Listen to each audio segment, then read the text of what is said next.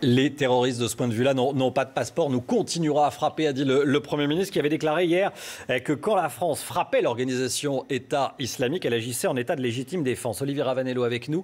À quoi le Premier ministre fait-il référence exactement ? Il fait référence à un principe qui, en l'occurrence, ne peut pas s'appliquer, et c'est la première incohérence de la politique française en Syrie en ce moment.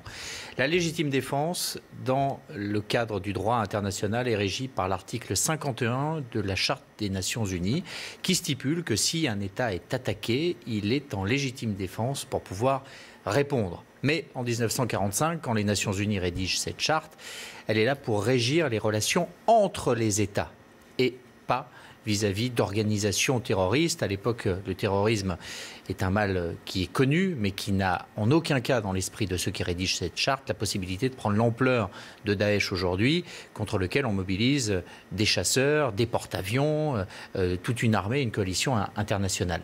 Donc l'article 51 de légitime défense s'applique aux États et ne peut pas s'appliquer à une organisation terroriste. Mais quand bien même on s'appuierait là-dessus.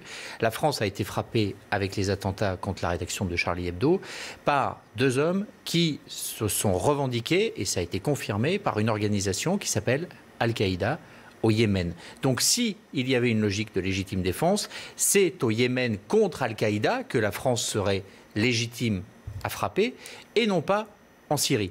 Donc déjà, le principe même et le cadre international que l'on essaye de rechercher ne tient pas. Autre question. Ce matin, Manuel Valls a dit que la France continuerait à frapper, quelles que soient les nationalités des terroristes visés. On vient de l'entendre. Est-ce que cela peut poser des problèmes et de quel ordre ? Oui, c'est un débat et que chacun peut avoir. La France, Manuel Valls le dit, lorsqu'il s'agit de terrorisme, il n'y a pas de passeport qui vaille. Donc, qu'est-ce que cela signifie ? Est-ce que la France décide, de par son gouvernement, sans qu'il y ait débat, que des ressortissants français puissent être exécutés ?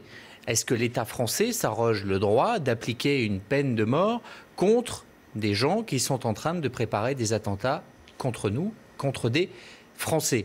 La question mérite d'être posée parce que si vous faites le parallèle, encore une fois, avec les attentats de Charlie Hebdo, si les frères Kouachi avaient été capturés, ils n'auraient pas été exposés à la peine capitale puisqu'elle a été abolie en France.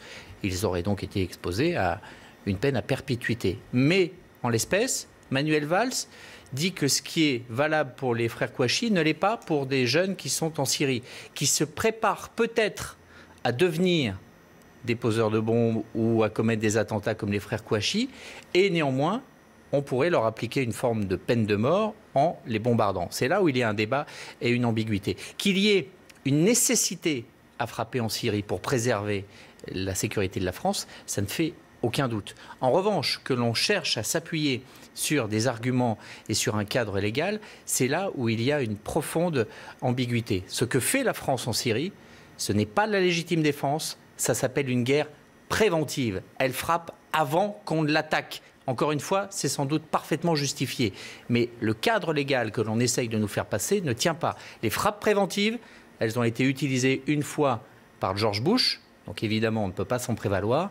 Et si l'on veut avoir une légitimité dans une frappe préventive, il faut et seulement une résolution de l'ONU qui n'existe pas sur la Syrie.